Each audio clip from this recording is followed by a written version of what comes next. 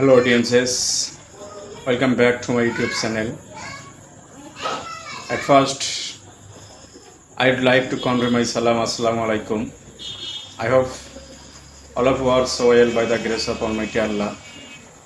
In this video, I am going to talk a special something about the very past NTRC exam 2024. That means 18th নিবন্ধন।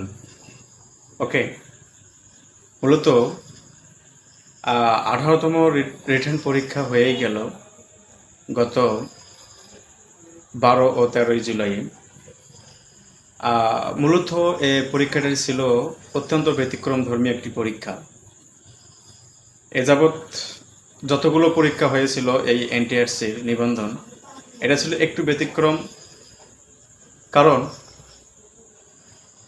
এইবার যতদূর সম্ভব যতগুলো সাবজেক্টের পরীক্ষা হয়েছে অধিকাংশ সাবজেক্টের কোনো ক্লু ছিল না অথবা ছিল না, সরাসরি উত্তর লিখতে হয়েছে। বিশেষ করে অ্যারাবিক লাইনের যে সাবজেক্টগুলো মোটামুটি কঠিন হয়েছে, কোনো ক্লু ছিল না, সব আরবিতে লিখতে হয়েছে। আর ব্যতিক্রম এই জন্যই যে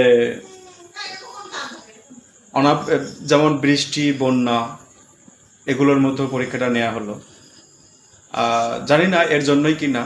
তো শুধু 13 তারিখের পরীক্ষা যেটা ছিল, 13 তারিখে কলেজ পর্যায়ে, এই 13 তারিখের কলেজ পর্যায়ে প্রায় 64,000 ক্যান্ডিডেট অংশগ্রহণ করেনি। জানি না কোন কারণে করেছে এটা। তো মোটামুটি সব দিক থেকে বলতে গেলে বলা যায় যে আসলে এই পরীক্ষাটা একটু ব্যতিক্রমধর্মী হয়ে গেল। আর কাটমার্ক সম্পর্কে তো অবশ্যই বলতে হবে।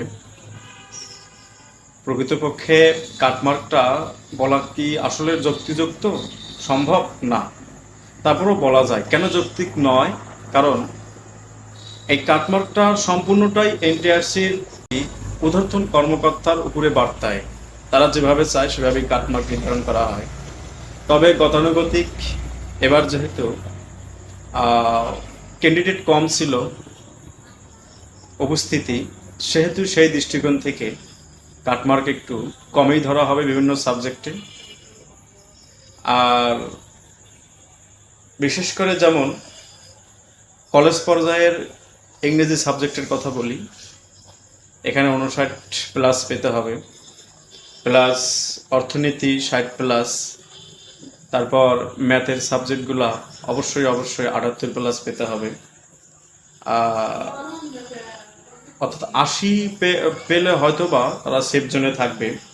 আইসিটি 55+, তারপর অর্থনীতি 65+, আর বিজ্ঞান বিষয়ের সাবজেক্ট পদার্থ, রসায়ন, বিজ্ঞান এবং এই টাইপের যেগুলো আছে অবশ্যই 60+ মার্ক তাদের ক্যারি করতে হবে এখানে টিকতে গেলে।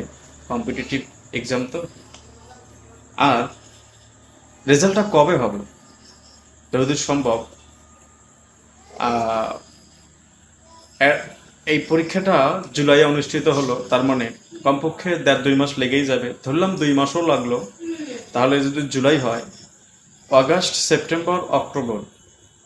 আমার যতদূর বিশ্বাস যে অক্টোবরের শেষ সপ্তাহে অথবা নভেম্বরের প্রথম সপ্তাহে এই 18তম নিবন্ধনের রিটেনের রেজাল্ট হবে। তারপরেই তারা যতদূর সম্ভব